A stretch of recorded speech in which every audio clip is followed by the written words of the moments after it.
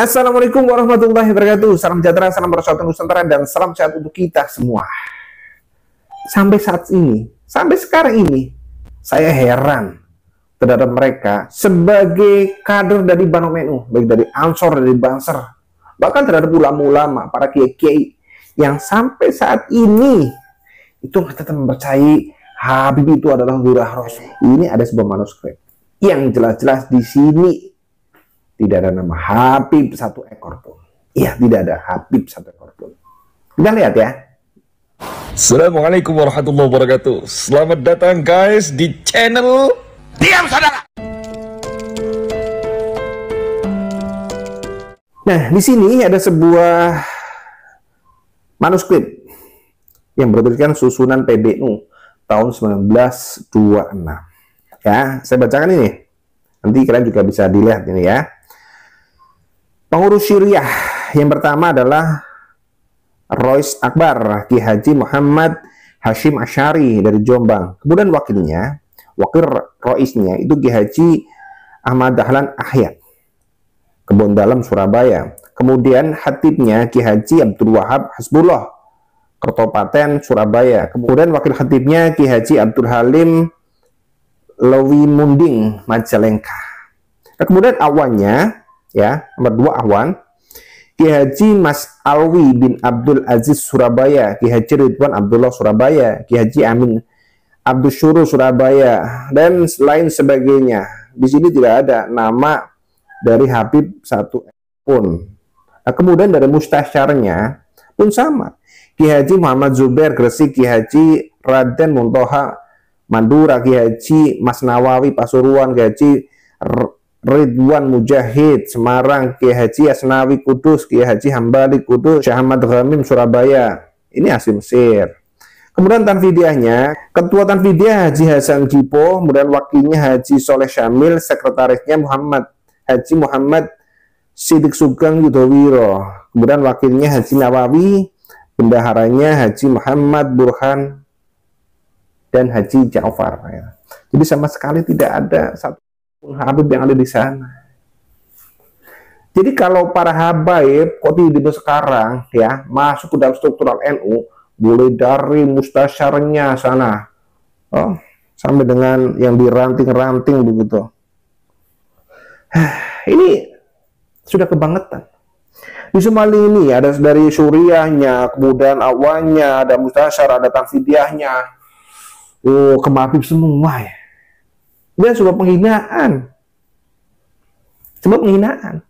Padahal NU itu adalah organisasinya para ulama, para kiai asli Nusantara yang berfaham Ahlussunnah wal Jamaah Nahdiyah dengan mazhabnya Imam Syafi'i dan Maturidi. Kalau Muhammadiyah sama asli Indonesia yang didirikan oleh Mbah Ahmad Dahlan. Iya, sebenarnya sama. Kemudian kesini-kesininya setelah Mas Mansur itu mazhabnya ke mazhab Maliki. Tetapi sama. Mereka, kedua organisasi ini adalah organisasi yang memegang erat jiwa nasionalismenya. Mereka mempertahankan Garis Kesatuan Republik Indonesia.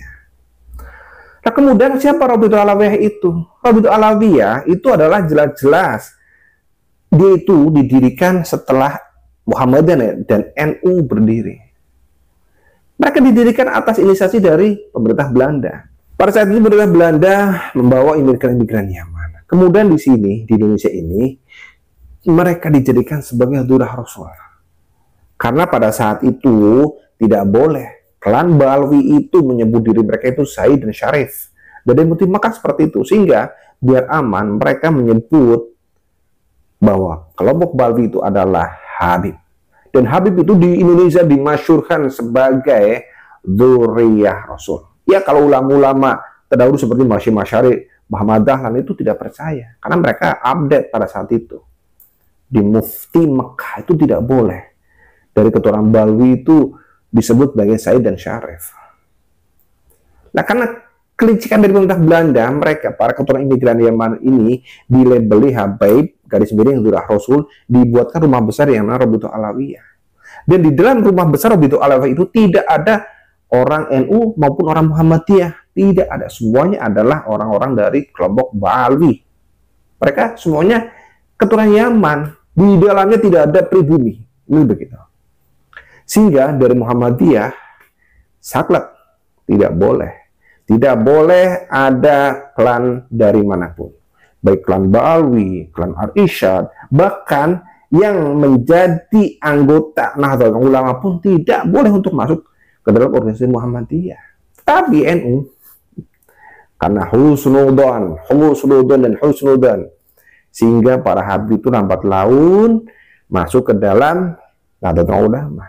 Karena mereka tahu Nahdlatul Ulama ini besar, sehingga bagaimana caranya untuk menghancurkan Nahdlatul Ulama. Dan sekarang di zaman kita sekarang ini sudah berada di level atas. Maka para habib sudah membodohi masyarakat kita, ya, sudah membodohi, bahkan sudah merusak organisasi dan tatanan di negeri kita. Ya, mereka mendoktrin, mereka membawa sejarah, mereka mengklaim, dan lain sebagainya. Bahkan mereka merebut organisasi Nahdlatul Ulama. Ya, terbukti Jatman kemarin. Kalau tidak ketahuan dan tidak digeger-gegerin begini, ya mungkin Jatman itu sudah ada di tangan Ba'alawi. Jadi dengan data seperti ini, bahwa di tahun 1926 di dalam pendirian Nahdlatul Ulama itu sama sekali tidak ada peran habaib dan tidak ada nama habib. Jadi yang sudah diceritakan oleh Lutfi bin Yahya bahwa berdiri NU itu atas prakarsa dari seorang habib yang bernama Habib Hashim, itu adalah nol besar. Nol besar. Dan kemudian para habib-habib yang selalu mempromosikan bahwa Habib itu dulu ikut berjuang, yang ikut membidani lahirnya Nahdlatul Ulama, itu pun hanya begitu. Ya, jadi untuk kader-kader Nahdlatul Ulama, baik dari pengurus NU-nya, Banomnya, ada Ansor, Bansar, Muslimat, Fatayat, Pakarusa dan sebagainya, boyo paham yang seperti ini, paham. Kita ini sedang dirusak oleh mereka. Yang selama ini mereka cerita itu adalah bohong. Ya, jadi bukalah wawasan kalian. Sudah, tinggalkan yang husnudzon. Karena husnudzon yang tidak berdasar, tidak berhujah, itu adalah sebuah kesesatan. Kalau tidak percaya, silakan lanjutkan. Kalian yang sampai sekarang masih membela Ba'alawi, wallah, kalian akan rungkat. Ya, kalian akan rungkat. Karena apa? Rasulullah itu adalah milik kita semua. Ketika Rasulullah itu diklaim sebagai milik salah satu kelompok, ya, mengaku kelompok mereka itu adalah keturunannya, maka kita sebagai umatnya, kita yang memang merasa memiliki Rasulullah, kita benang dan wajar untuk bertanyakan, benar nggak sih kalian ini mengaku sebagai Rasulullah? Buktinya apa? Coba deh tunjukkan kepada kami, biar kami lebih cinta. Kalau benar kalian ada dua Rasul, kami pasti akan menjadi muhibbinnya. Kami akan mencintai kalian. Tetapi kalau tidak, berarti kalian yang selama ini telah mencoreng nama besar Rasulullah, menggunakan nama besar Rasulullah digunakan untuk kebatilan dan kemaksiatan. Dan kami tidak terima. Maka siapapun yang sampai sekarang untuk mendukung para habaib dan masih percaya terhadap klan habaib, saya yakin kalian akan rungkat. Ya, oke. Mari kita jaga negeri dari tangan-tangan orang-orang jahat, dari para pencuri makam dan dari para pencuri nasab.